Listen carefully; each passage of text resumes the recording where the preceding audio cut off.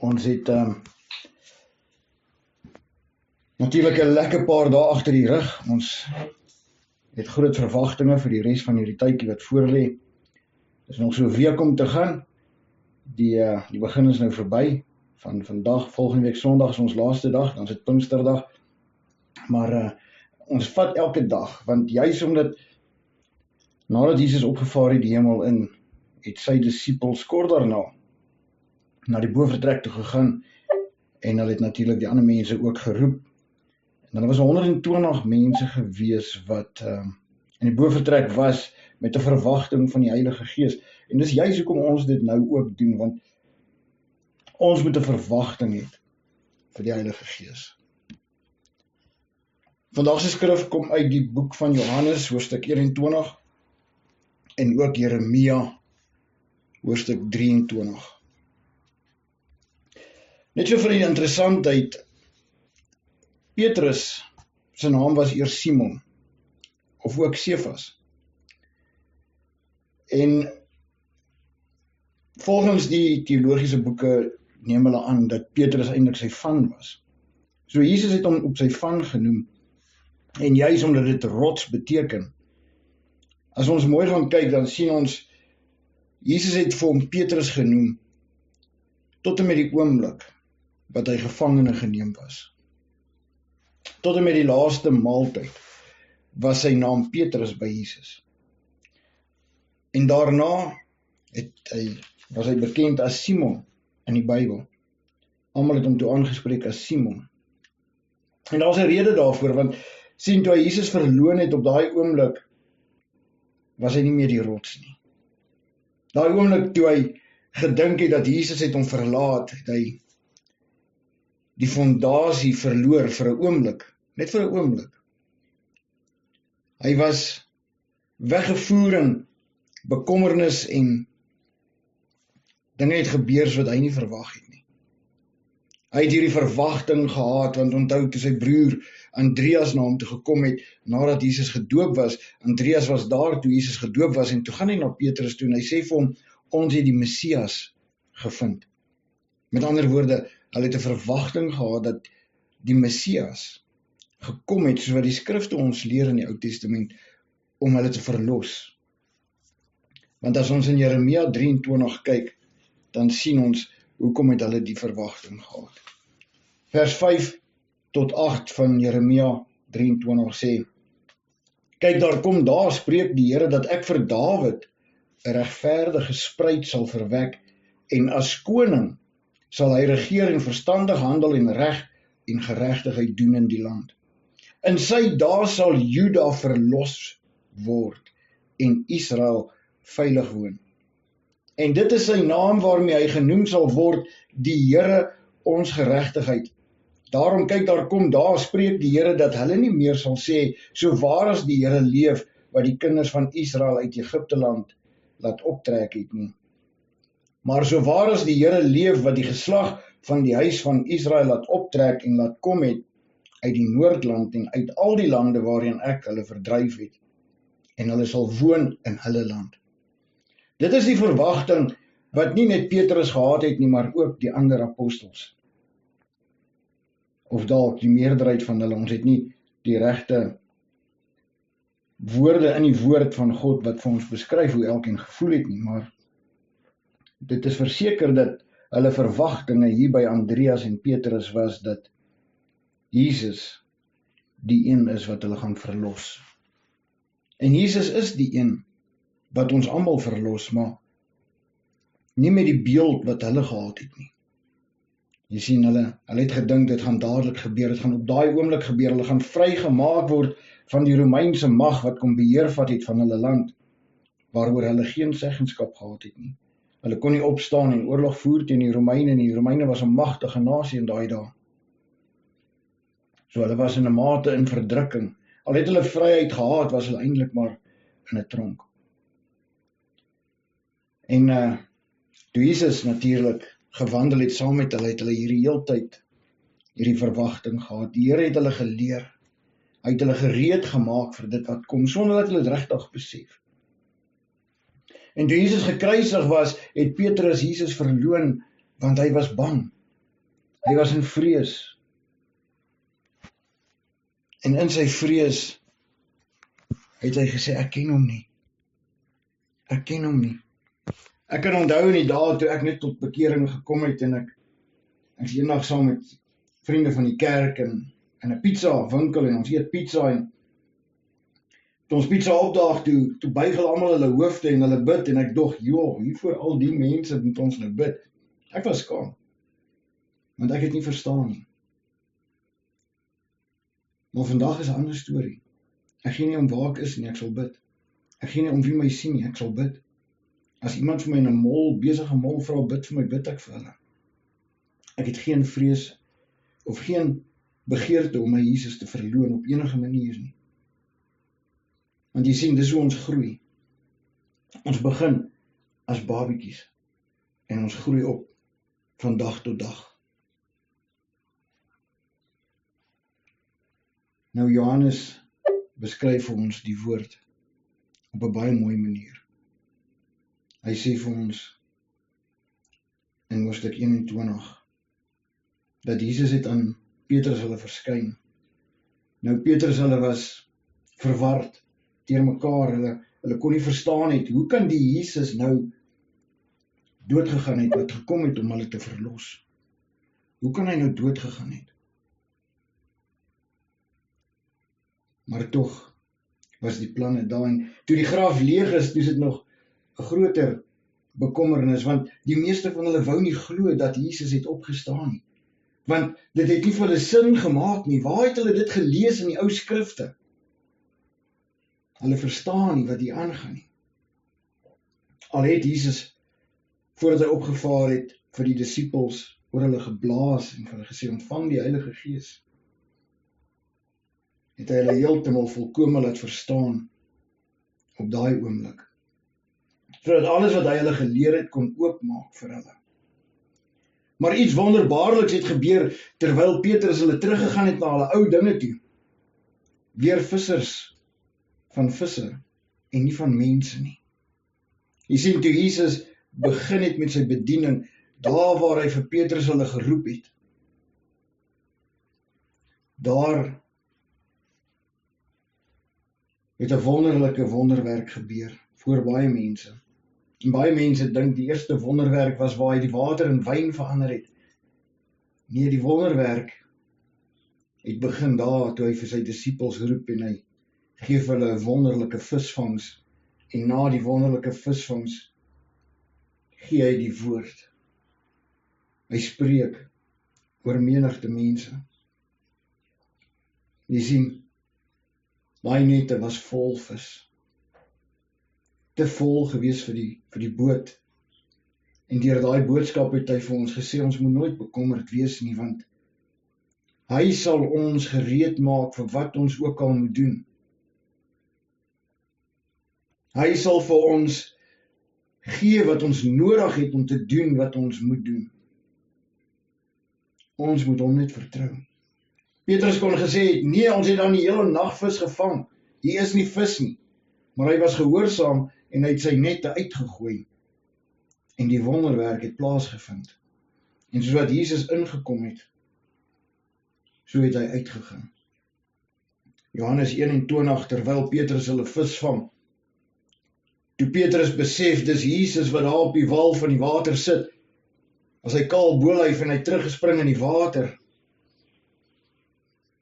uit respek vir die Here. Luister mooi, hy was kaal bolyf, net kaal bolyf, en hy teruggespring in die water, uit respek vir Jesus. Kan ons onsself indink, hoe lief het hy Jesus gehad, dat hy hom soveel respek gee, dat hy nie eens kaal bolyf voor hom wil beweeg nie.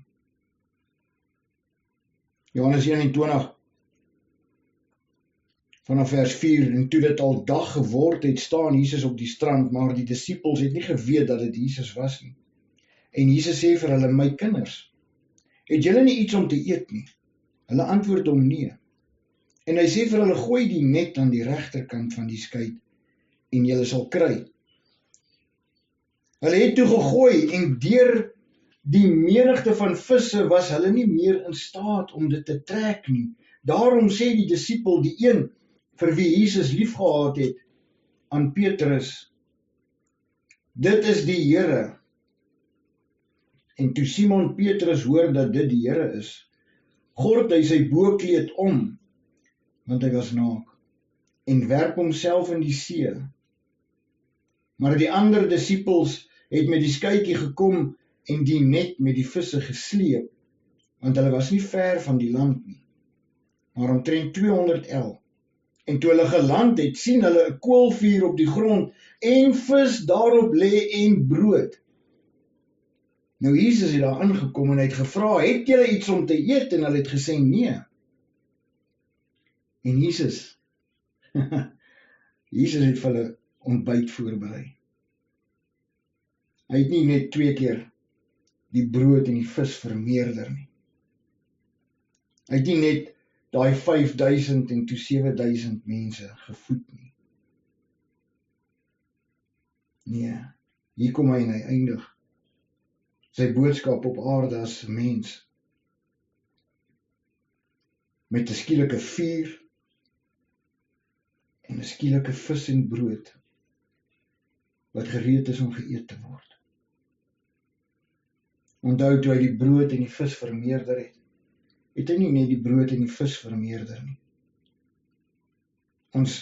Ons dink nie aan die mandjies wat uitgegee was nie. Hy het nie net die voedsel voorsien nie, maar hy het ook die houer waar die voedsel in was, voorsien. Hy het die mense laat sit in groepe van 50. En elke groep het voedsel gekry genoeg vir hulle. Brood en vis in mandjies. En hier sit hy nie nou met 'n mandjie nie, maar met 'n vuur. En Jesus sê vir hulle, bring van die visse wat julle nou gevang het. En Simon Petrus het in die skuit geklim en die net op die land getrek, vol groot visse. 153 in getal. En alhoewel daar so baie was, het die net nie geskeur nie. Jesus het self daai net versterk, sodat dit nie moet skeur nie. En Jesus sê vir hulle, kom eet. En niemand van die disipels het gewaag om hom te vra, wie is u nie? Omdat hulle wis dat dit die Here was. Hulle was nog onseker. Want ons kan nie dink hoe hulle gevoel het toe hulle die graf leeg kry. Toe Jesus aan hulle verskyn het, was hulle onseker, is dit 'n mens of is dit 'n gees? Selfs toe hy sy wonde vir hulle gewys het, laat hulle voel, kyk, ek is mens, ek is vlees, hier's my vleis, hier's my been binne in my. En hy het selfs geëet voor hulle in daai tyd, sodat hulle kan sien, hy's nie 'n gees nie, want 'n gees het nie nodig om te eet nie. En Jesus het gekom en die brood geneem en dit aan hulle gegee en so ook die vis.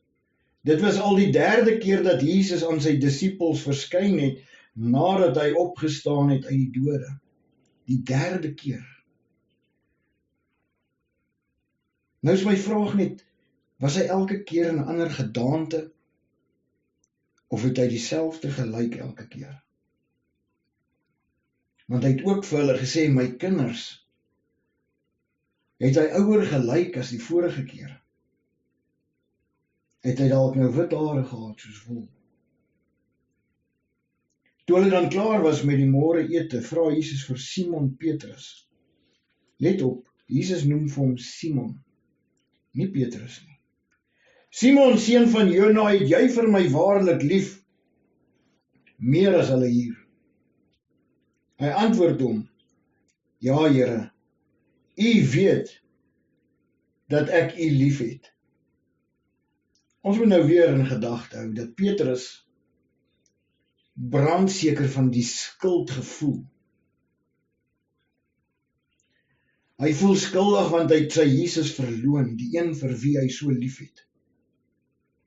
3 keer toe Jesus gevange geneem was? Was jy nie saam met hom en die ander nie? Nee, ek was nie. Ek ken hom nie. Ek ken hom nie. Hoe swaar moes hy woorde wees? Dit kan ons net ook laat besef dat wanneer daar 'n groot verdrukking kom, en ons sien dit reeds gebeur in sekere lande, waar sekere groepe gaan om Christene aan te val, en die woorde wat aan hulle gesê word is, verloon jou Jesus of sterf. En baie van hulle sal nie hulle Jesus verloon nie, en hulle sterwe. Maar daar is van hulle wat so vasgevang is in die vrees, dat hulle Jesus verloon. Ons kan nie dink hoe die gebeure plaasgevind het toe hulle Jesus gevange geneem het. Die wanorde wat daar was, mense het geskreeu, mense het gejuig, mense was ontevrede, ongelukkig, hartseer. Mense was bang. 'n vrees wat nie sommer beskryf kan word nie. Ek dink elkeen van ons was iewers in ons lewe al so vreesbevange, dat ons nie geweet het wat om te doen nie. Dat ons nie eens geweet het in watse rigting om te beweeg nie. Maar Simon Petrus sê, ja Here, U weet dat ek U lief het. En Jesus sê vir hom, laat my lammers wy. Wat beteken dit? Laat my lammers wy. Kom ek breek hierdie versie oop vir u vandag. U sien, wanneer ons wedergebore word, is ons lammers. Ons is babas in die Here. Ons moet begin om die regte woord in te neem. Want wanneer ons die slegte woorde begin inneem, dan voed ons siel met die verkeerde voedsel, wat ons of maagwerkings gaan gee, of 'n seer maag, of 'n wind wat vassteek. Jy sien, wanneer ons nie tyd spandeer in die woord van God nie, dan begin ons siel voer met die dinge van die wêreld. Daarom sê Jesus vir Petrus, laat my lammers wy. Voer hulle met die regte voedsel op die regte tyd. Anders gaan hulle in die verderf omkom. Die woord leer ons dat ons moet die regte spys eet. 'n babatjie kan nie vaste spys eet nie. 'n babatjie begin met sy moeder se melk. En dan 'n bietjie sterker melk. En so is die woord van God vir ons elkeen. Dis ons melk. Dis waar die Heilige Gees ons beginne leer om hom te vertrou, om na hom te luister, om sy leiding te neem. Hy sal ons leer. Die tweede keer vra Jesus vir Simon Petrus, seun van Jona, het jy my waarlik lief? En hy antwoord hom, ja Here, U weet dat ek U lief het. En hy sê vir hom, pas my skape op. Nou is dit nie meer die lammers nie. Nou is dit die skape, die volwassenes. Hoekom? Hoekom is dit die herder se werk om hulle op te pas? Want jy sien, Matteus 24 vers 4 sê vir ons dat toe Jesus sy eerste waarskuwing gee aan sy disippels oor die einde van dae, het hy gesê, pas op dat niemand julle mislei nie. Pas op dat niemand julle mislei nie. Jy sien, want wanneer ons die verkeerde spys inneem, kan die misleiding makliker insluit. Hoekom het Jesus vir hom 3 keer gevra, het jy my lief? Want 3 keer het Simon hom verloon. Jy sien, daar's 'n aksie, daar's 'n beeld wat plaasvind in die woord van God, wat simboliseer op iets later. En wanneer ons oplet in die Heilige Gees, dan begin ons hierdie dinge waarneem, en dit begin vir ons meer sin maak. En Jesus vra hom die derde maal, Simon, seun van Jona, het jy my lief? En Petrus het bedroef geword, omdat hy hom die derde maal vra, het jy my lief? En hy antwoord hom, Here, U weet alles, U weet dat ek U lief het. En Jesus sê vir hom, laat my skape wei. Jy sien, dis nie nou meer net, pas hulle op nie. Laat hulle wei. Laat hulle eet nog steeds van die regte voedsel. Moenie toelaat dat hulle self voer met die verkeerde voedsel nie. Jy sien, daar's menigte leraars vandag wat nie leraars is nie. Hulle is bemoedigende sprekers. Hulle bemoedig die mense. Hulle gee nie vir ons die ware voedsel nie. Jy sien, vandag se kosse, baie van dit het so baie verander, dat dit het nie meer die regte voedingsware in as vroeër jare nie. Ek praat eendag met 'n ou, hy voorsien sekere goed aan plase, en hy verduidelik vir my iets. En ek vra vir hom, oor die vitamines en die goed wat in die groentes moet wees. En hy sê, een van die grootste probleme, wat ons nie regtig besef nie, is dat wanneer die grond oor en oor en oor gebruik word, word daar chemiese goed ingedruk, wat die grond dan kan herstel, sodat dit weer vrugbaar kan wees. En daardeur besef ek, want hy sê die grond, die gesonde grond, het ook 'n voedingsware vir ons liggaam. En dit laat my toe besef, hoekom het die Here gesê in die begin, die boere se grond moet elke 7 jaar rus. Hy mag geen goed plant daarin nie. En die mens het hierdie dinge begin regverdig, om die waarheid van God weg te neem. Daar is groot dinge in die woord van God. En die meeste van ons pas baie dinge nie meer toe nie. En is nie alles daar omdat dit sonde is, of omdat dit verkeerd is nie. Dit is daar eintlik, want dit is tot voordeel vir ons. Die woord van God is meer as net 'n boek wat ons siel gesond maak. Dis 'n boek wat ons self nie net in die gees herstel of sterker maak nie, maar ook ons leer om die regte dinge toe te pas, sodat ons gesond kan wees. Nadat Jesus vir Petrus gesê het, laat my skape wei, voorwaar, ek sê vir jou, toe jy jonger was, het jy jouself gegord en rondgegaan waar jy wou. Maar wanneer jy oud geword het, sal jy jou hande uitsteek en 'n ander een sal jou gord en bring waar jy nie wil wees nie. En dit het Jesus vir hom gesê oor sy toekoms. Maar as ons teruggaan na Jeremia 23 toe, dan wil ek net uitdruk hoekom Jesus vir Petrus gesê het. Hy moet die lammers laat wei, hy moet die skape oppas, en hy moet die skape laat wei. Jeremia 23 vers 1 tot 4 sê, wee die herders, wat die skape van my weide laat omkom, en hulle verstrooi, spreek die Here. Daarom so sê die Here, die God van Israel, aangaande die herders wat my volk oppas.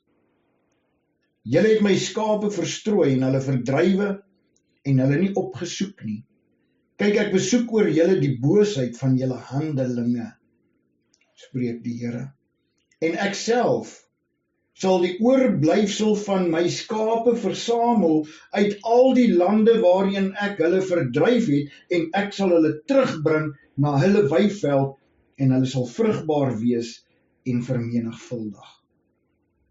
En ek sal herders oor hulle verwek, wat hulle sal oppas, en hulle sal nie meer bevrees, of verskrik wees, of vermis word nie, spreek die Here. Hierdie woord was baie duidelik aan Petrus herhaal.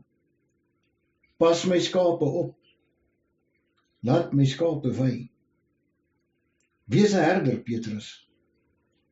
Jy is een van die herders wat ek opgewek het om dit te doen. 'n Groot werk was op Petrus se skouers geplaas. En jy sien, hy was daai hongerpersoon van die begin af, toe Jesus hom roep. Het hy 'n honger te gehad, want hy het 'n verwagting gehad dat hierdie Jesus die Messias is wat hulle nou gaan verlos van die Romeinse mag. So hy het alles ingeneem wat Jesus hom geleer het. Hy het dit onthou. Selfs die dinge wat hy verkeerd gedoen het, waar hy nie geluister het nie, waar hy uit sy eie uit opgetree het. Die tye waar hy homself gegord het, op sy eie redes beweeg het. En dit is wat ons baie doen. Ons beweeg op ons eie maniere. Ons beweeg met ons eie gedagtes. Ons maak planne uit onsself uit.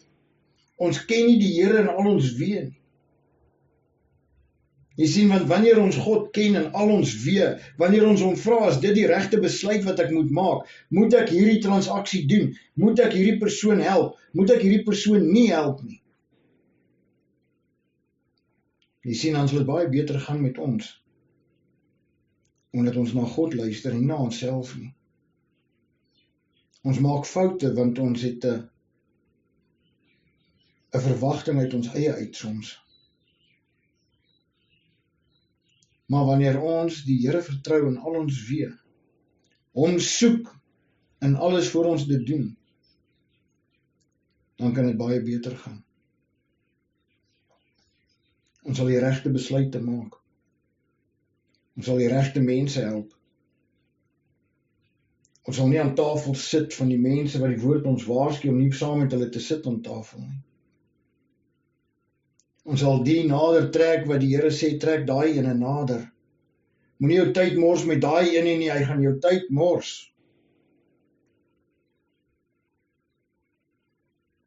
Laat my skape wei. Hierdie woord kom omdat ons weet dat ons moet in die woord van die Here wees. Want sy woord is ons regte voedsel. Sy woord is wat ons bekragtig met kennis. En wanneer ons onsself bekragtig met die kennis, dan sal die wysheid groei. Toe die Vader vir Salomo gevra het, wat begeer jy? Jy kan enige iets kry in hierdie hele wêreld. Jy kan enige iets vra en ek gee dit vir jou. Dit was Salomo se woorde. Gee my die wysheid, dan het ek alles.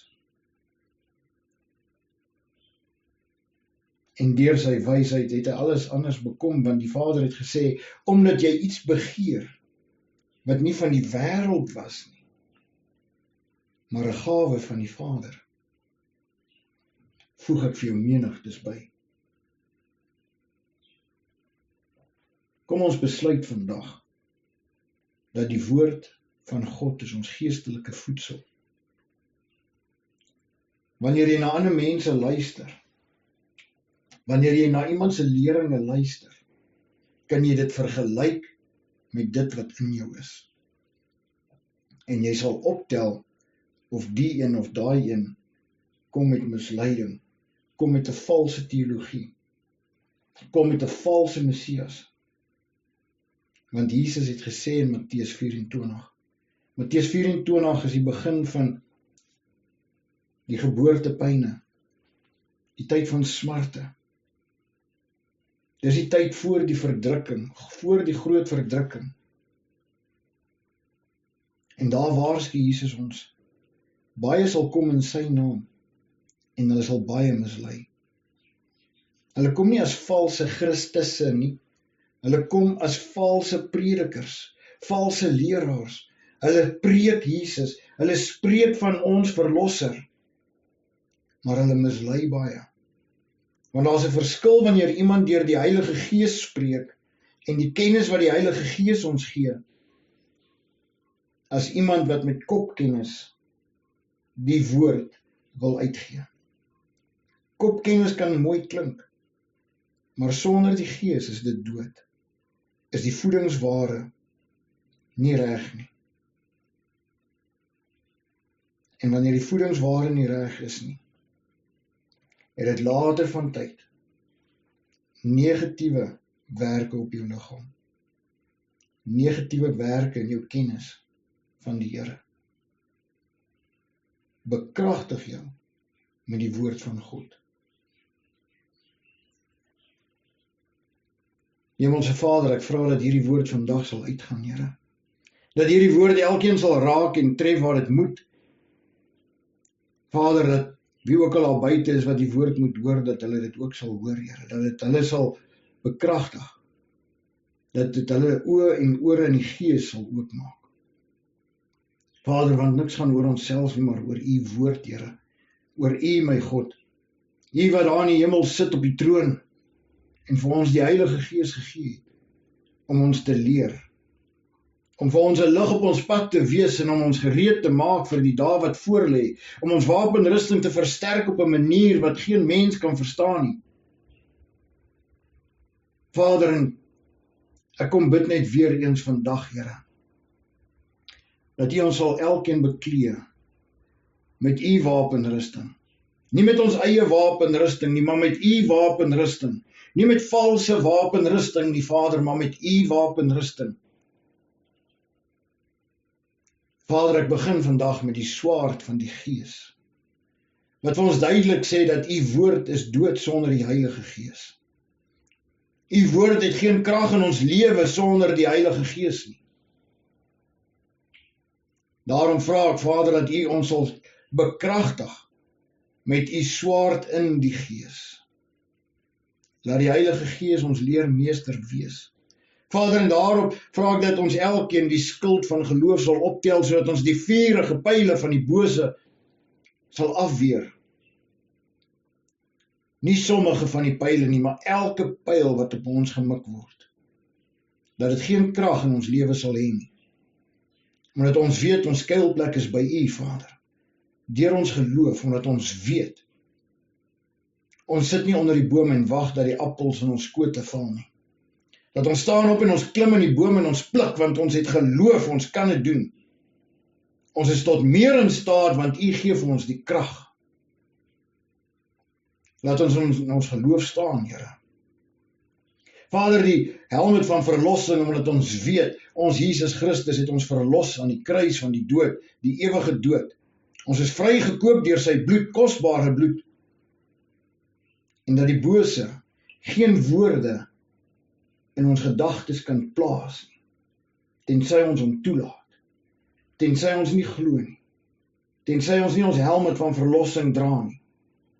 Vader, versterk ons helmet, sodat ons geen woord van die bose sal inneem nie, maar dat ons ore en ons oë sal bekragtig met die woord van die Heilige Gees. Here, maak ons toe, ons harte, met U borsharnas. Here, net soos die priesters van ouds was, het hulle 'n borsharnas gedra, wat U woord ingehaat het. Beklee ons vandag met daardie borsharnas, sodat ons harte kan dink wat reg is en verkeerd is, en kan staan vir wat reg is, en teen dit staan wat verkeerd is.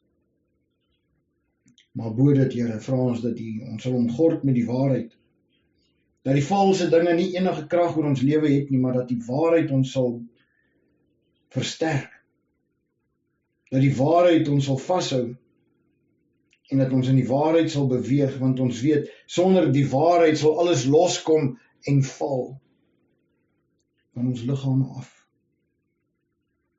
Here, en ons dankie dat U ons beklee met skoene van bereidwilligheid om vir ander te kan vertel van die evangelie van vrede. Die evangelie van ons Christus Jesus, wat gekom het om ons te verlos. Wat vir ons die Heilige Gees gestuur het om ons in die waarheid te lei. Sodat ons nie hoef bekommerd te wees of te vrees nie. Want ons verlosser lewe. Vader, ek vra ook vandag dat U ons sal vergewe. Van al ons sondes, Here, omdat ons nie perfek is nie, omdat ons foute maak, omdat ons soms afdwaal, soms kyk na dinge wat ons nie moet nie, soms luister na dinge wat ons nie moet nie. Maar Here, vergewe ons net soos dat ons ander vergewe wat teen ons sondig. Here, maar beskerm ons ook teen die bose. Lei ons nie in die versoeking nie, maar verlos ons, Here. Vader, laat ons die woord inneem, soos ons daaglikse brood. Wees met elkeen op hierdie groep, Here. Seën hulle. Vader, en laat hulle voetspore al hoe ligter word, omdat hulle weet dat U liefde omhels hulle, U genade dra hulle, en U woord versterk hulle. In Jesus naam. Amen. Weereens baie dankie vir almal wat hier is vanmôre. Dankie vir julle tyd wat julle opoffer. Ek hoop die woord dra krag vandag in jou lewe. En as daar iets is wat iemand wil sê, gebed nodig het, ek gaan so 'n minuut wag. Wees vry.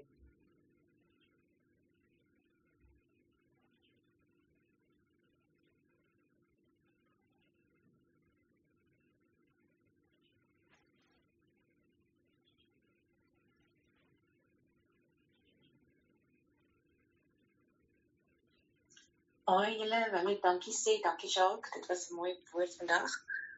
Mense is so dankbaar, ek het vir die groep en ja, dit gee ons nuwe lewe vir die week en gee mens krag, so dankie vir dit. En dankie vir almal wat bywoon, baie lekker om julle geselskap te wees hier voor die Here. Dankie vir dit en 'n mooi naweek verder en laat dit goed gaan en ja, ons hou almal in gebede vir die week, almal veilig wees. Dankie julle. Dankie Tammy, nou het ons jou mooi gehoor, gisterand ons jou nie so mooi gehoor nie, maar ek het ook jou boodskap aangestuur vir Alta, waar jy die danking gegee het. Baie dankie, groete ook al vir Bram, ons waardeer julle, en ja, dit is 'n nuwe ding wat ons probeer, en ons hoop dit kom uit by mense. Ons hoop dit maak 'n verandering by mense wat nie kan beweeg nie, wat nie kan uitgaan nie. Maar baie dankie vir elkeen wat hier is, mag die Here julle seën, mag julle 'n vredevolle Sondag hê, mag julle net gerus wees in die sagtheid van die Here vandag. Mag hy julle net vul met sy vreugde. En mag julle net weer eens besef dat ons is tog so min sonder hom. En dat ons het hom so nodig, elke dag van ons lewe. In die tye van goedheid, in die tye van slegheid, moet ons leer om hom te loof en te prys. Al die dae van ons lewe. Ek wil net baie dankie sê vir die woord vandag. Soos altyd het ons dit nodig en ek wil ook aan Tammy dankie sê vir daai mooi boodskap.